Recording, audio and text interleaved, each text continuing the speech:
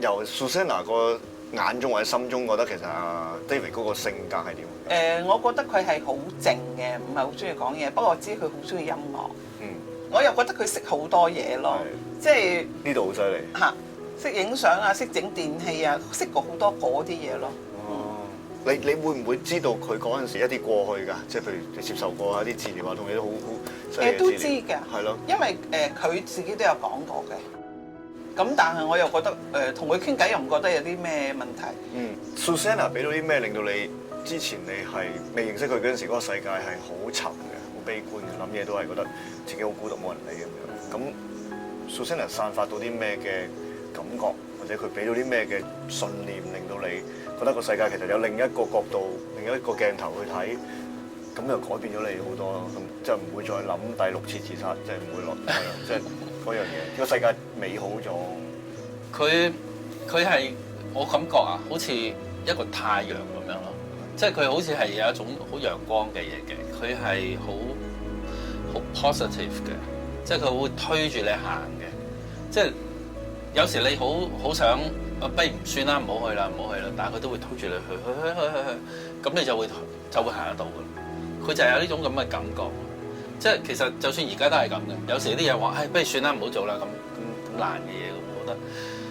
佢就話唔係啦，做啦，去啦，咁又做到嘅咯喎，又好奇怪喎，就係有啲咁嘅感覺。我自己聯想嘅啫，即係中意影相同自己記憶力渣少少咧，有關係，係咯，關係喺邊度咧？因為我冇記性，係啊，我冇記性，所以我哋每一次嘅演出我都一定會拍片咯，即係留底咯。因為我今日演出完，基本上我聽日已經唔記得咗嘅，咁所以我每一次我都嘗試留翻一啲image， 即係留翻啲影像，我可以睇翻。雖然你話佢咁唔好記性啦，結婚週年啊，我生日啊，佢完全記得㗎。sweet 喎嚇，呢啲佢一定記得嘅喎，又好得意嘅喎。甚至乎佢寫嗰啲 program 咧，嗰啲 language 咁複雜咧，我哋覺得，但係佢又記得嘅喎。咁但係譬如你話之前同佢過呢地方旅行㗎啦，咁你而家可能隔咗2-3年再去咧，佢話我哋都未去過呢度。我話去過，邊有去過啫？我話有嘅咧，我有相㗎，揾翻啲相俾佢睇咯。咁頭先 David 亦都講咗啦，已經講咗啦，即係 Susanna 就係你嘅太陽。即係我哋調翻轉問翻 Susanna，你覺得 David 係你嘅咩咧？如果要即係揾一個象徵一個 symbol 去講，我真冇諗過，係咪？一個相陪伴，即係咁多年一個由青梅竹馬嘅都可以咁講啦。因為其實我哋有咩都傾啊，又剩啦。即係而家年紀大啲咧，就佢又比較早瞓啲啦。我哋以前後生啲嘅時候咧，晚晚瞓落床咧都傾偈傾咗個幾鐘頭先瞓。咁正嚇！即係講好多嘢啦，即係日常瑣事，係日常瑣事啊，或者我翻工嗰啲嘢啊都講啊。咁我哋試過睇嗰套戲咧，Notebook 啊 ，Notebook 好好睇。咁其實就係講嗰個女主角後尾係患咗老人痴呆，唔記得嘢㗎。咁即係佢都好傷感嘅睇到。咁但係我又唔係好似佢咁悲觀睇嘅，咁悲觀咯。咁其實我又覺得嗰個男主角啊，即係對嗰個女主角好好咯。即係佢到嗰個女主角喺老人院入邊嘅時候，佢都日日喺嗰度陪住佢咯。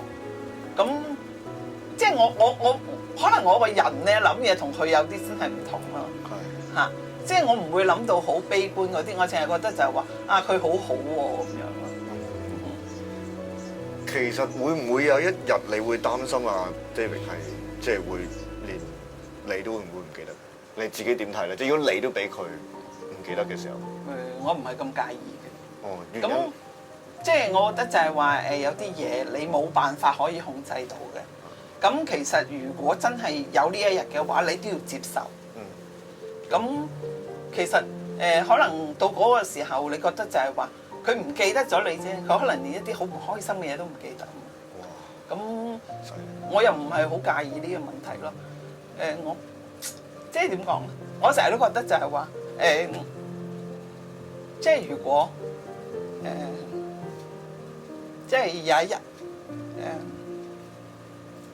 要死咧，我寧願佢死先過我。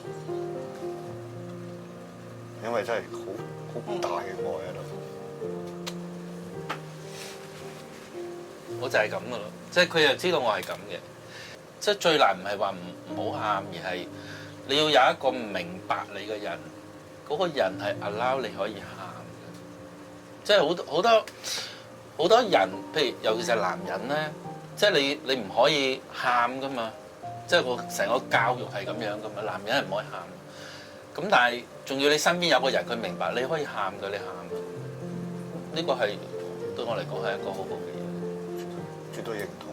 係啊，即係就係咁咯，呢啲就係叫做幸福咯。